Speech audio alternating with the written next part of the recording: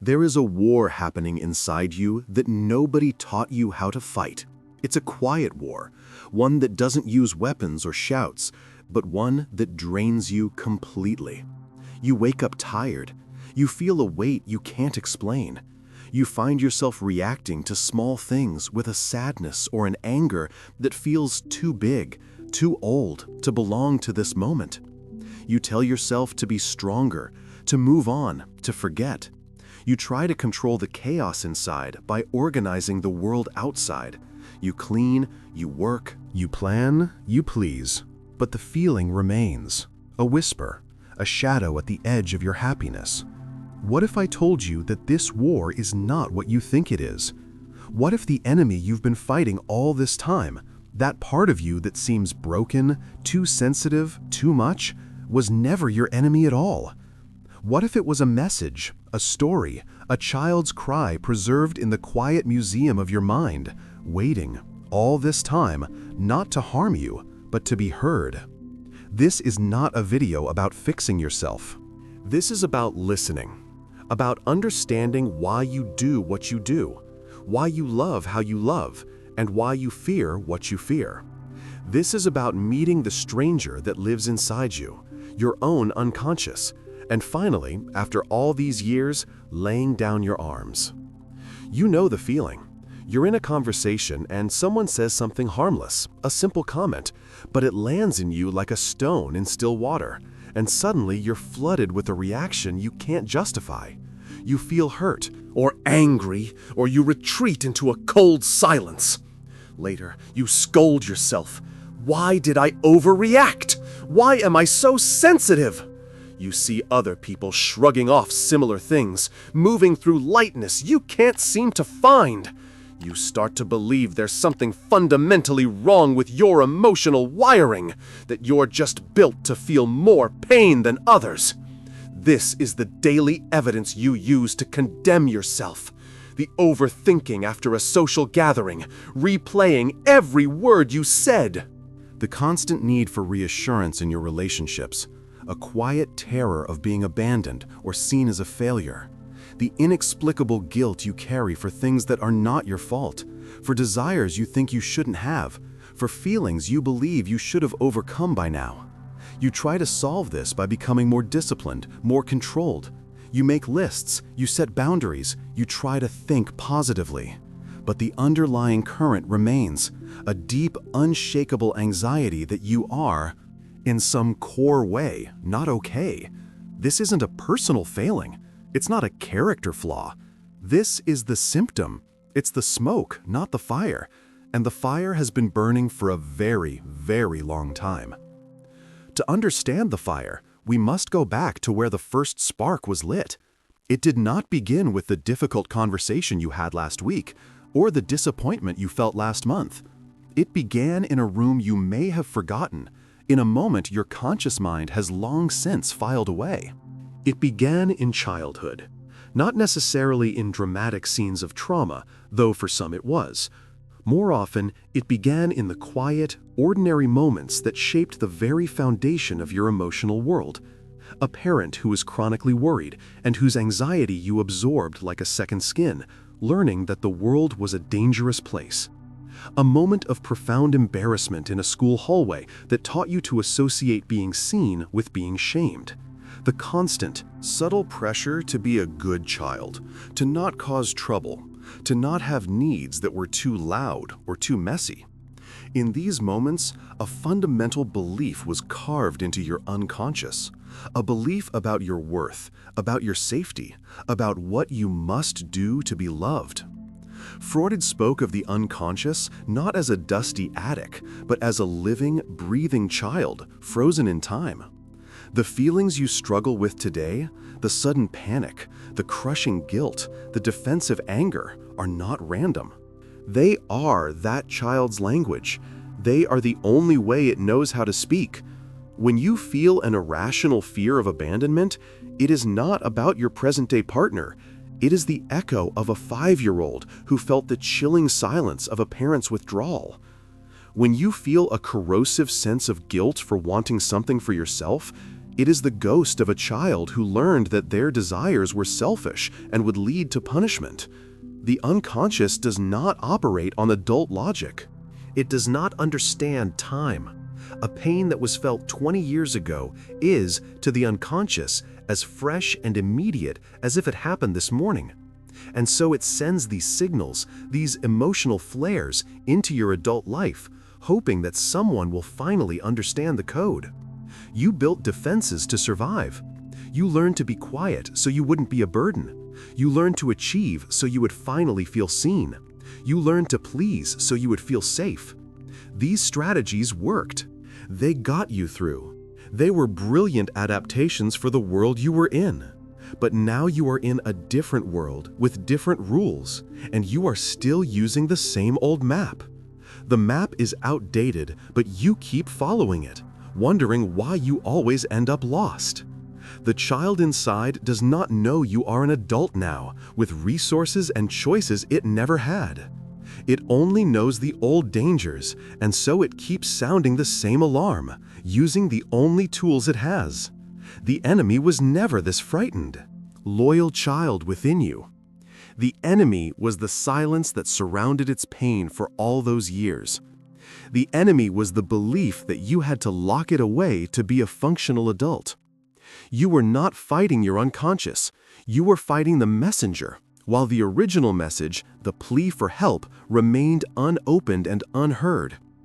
So what happens when you spend your life fighting the messenger? The war moves underground. It becomes a silent, draining occupation of your own mind. You feel the strain and the constant fatigue, the low-grade hum of anxiety that follows you into your sleep. You see it in the patterns you can't seem to break. You find yourself drawn, again and again, to partners who are emotionally distant, recreating the familiar chill of your childhood, subconsciously trying to win a love that was always just out of reach. Or you become the distant one, building walls to preemptively stop the hurt you are sure is coming, ensuring your own loneliness in a tragic, self-fulfilling prophecy. You might throw yourself into work, seeking a validation that never quite lands, always feeling like an imposter waiting to be exposed. Or you find yourself erupting over tiny, insignificant things, a dish left in the sink, a casual remark, because the pressure of holding decades of unexpressed sorrow and anger has to find a release valve somewhere. This is the emotional collapse. It's not a dramatic breakdown, though it can lead to one. It's the slow, grinding weariness of a conflict you were never meant to fight. You are not broken. You are exhausted from battling a ghost with your bare hands. The repression, the constant control, the effort to keep the lid on a boiling pot, this is what drains you. The energy you use to suppress these ancient feelings is the very energy missing from your life, your joy, your presence. You are living a life of reaction, not action. You are not moving toward what you want. You are constantly moving away from what you fear, and the unconscious is the source of all your oldest fears. The panic attack, the depressive episode, the relationship crisis, these are not signs of weakness. They are the final, desperate attempts of your entire being to get your attention. It is the child within, now screaming because whispering for 50 years did not work. And then, one day, perhaps in a moment of quiet despair or unexpected clarity, a shift occurs. It is not a loud epiphany, but a gentle, sinking realization. You understand. You see the thread connecting the criticism from your boss today to the shaming look from your father 30 years ago. You feel the link between your fear of being alone and the empty house you came home to as a child. It's not an excuse, it's an explanation. It's the missing piece of the puzzle that makes the whole picture finally make sense. The guilt, the anxiety, the anger, they were not random demons. They were signposts, pointing back to a wound that never healed. They were not trying to ruin your life. They were trying to complete it, to make you whole by forcing you to acknowledge a part of yourself you had to leave behind. This understanding is the truest form of compassion. It is the moment you stop asking, "Why am I like this?" and start asking, "What happened to me?" The war ends not with a victory, but with a truce. It ends when you turn toward the feeling, not away from it. When you stop seeing your pain as a flaw and start seeing it as a record of your survival. The goal is not to erase the child, but to finally, gently take its hand. To bring it into the present, where the dangers are gone, and say, "I see you, I hear you, you are safe now, we are safe now." When was the last time you paused and truly listened to the quietest, most persistent feeling inside you? Not to analyze it or fix it, but just to let it be there, to acknowledge its presence and its age?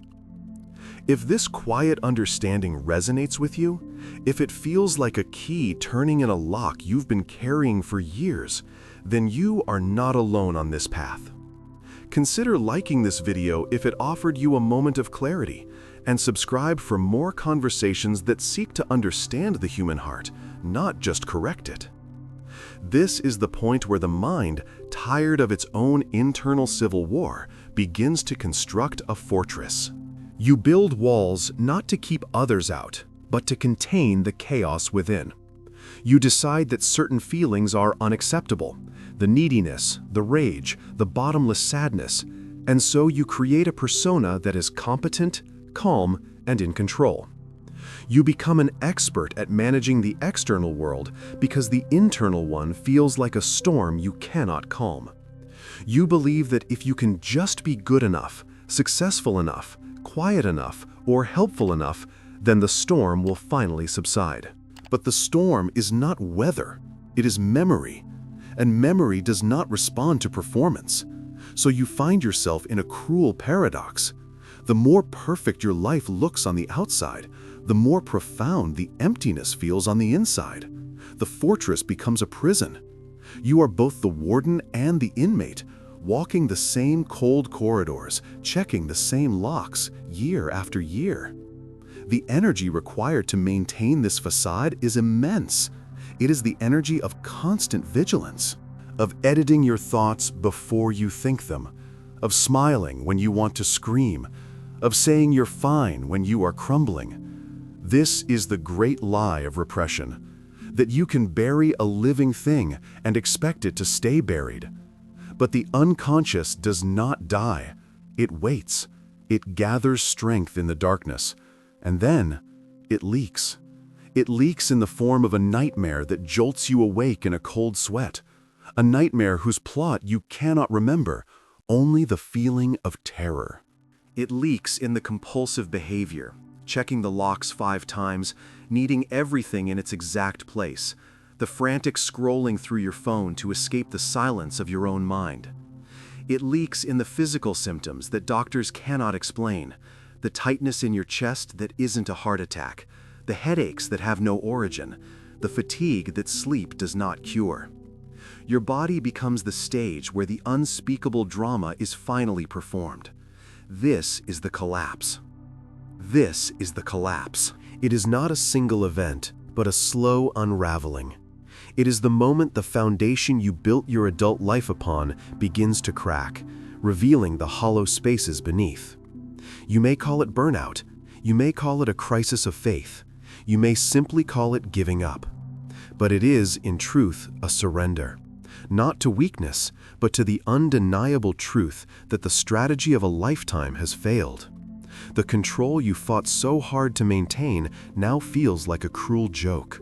The carefully constructed persona feels like a costume that has fused to your skin, and you can no longer remember what is underneath. The relationships you curated to feel safe now feel like cages. The work you used for validation now feels meaningless. This is the price of the silence. This is the debt coming due. The repressed material, the uncried tears, the unspoken rages, the unmet needs of a lifetime, they do not evaporate. They accumulate. They gain mass and density, until their gravitational pull begins to warp the very fabric of your reality. You find yourself crying in the supermarket for no reason. You feel a profound sense of alienation, even when surrounded by people who love you. You look in the mirror and see a stranger wearing your face. This is not a breakdown of your mind. It is a breakdown of the walls your mind built to protect itself. It is the unconscious, no longer whispering, no longer leaking, but finally insisting. It is the child within, not screaming now, but standing in the center of the rubble of your defenses with a quiet, devastating truth. You cannot outrun what you are made of.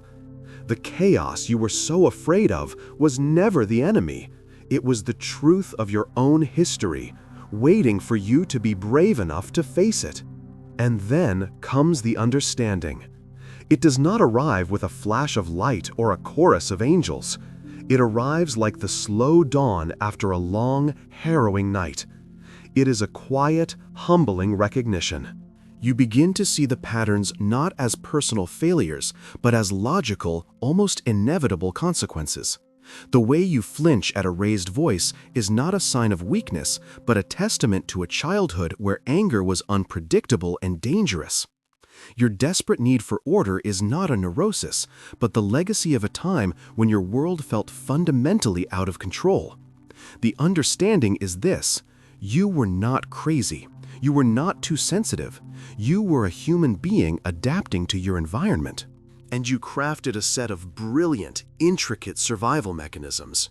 The problem is not that you survived, but that you never got to stop surviving. The understanding is the moment you grant yourself the grace of context.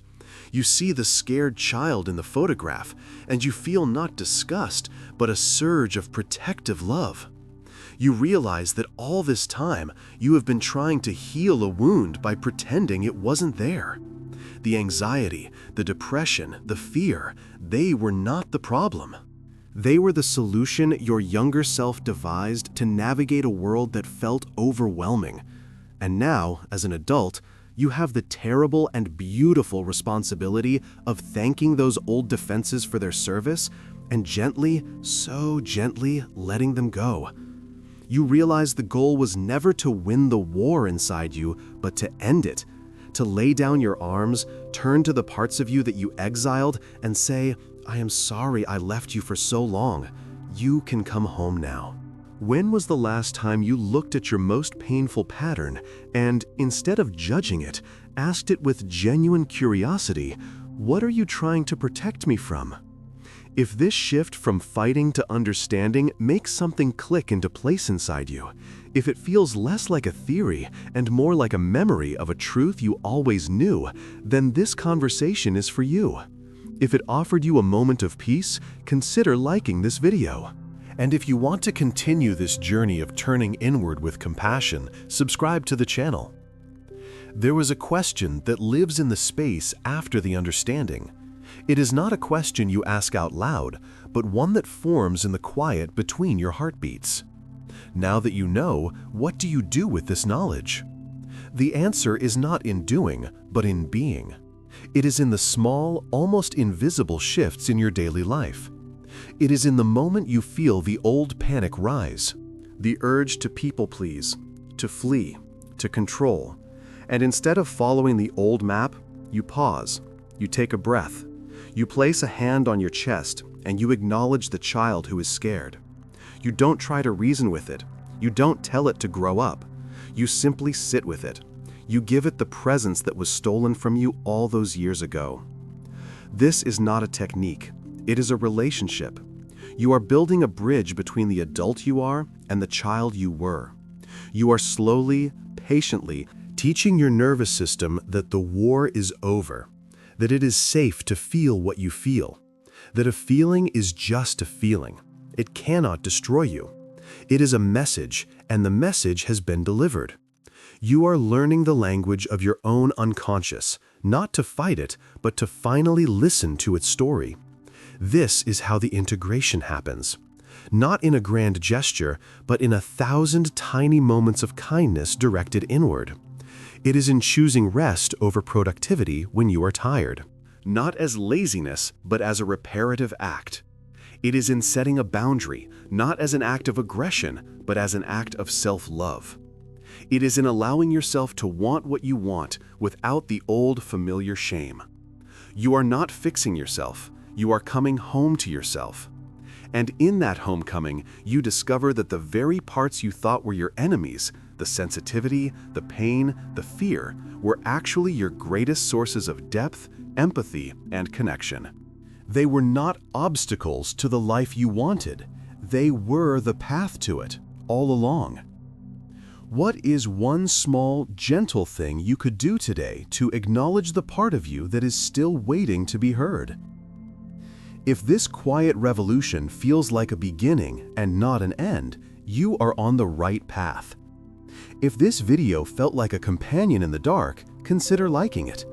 And if you want to continue learning this new, peaceful language of the self, subscribe for more. This is where the real work begins.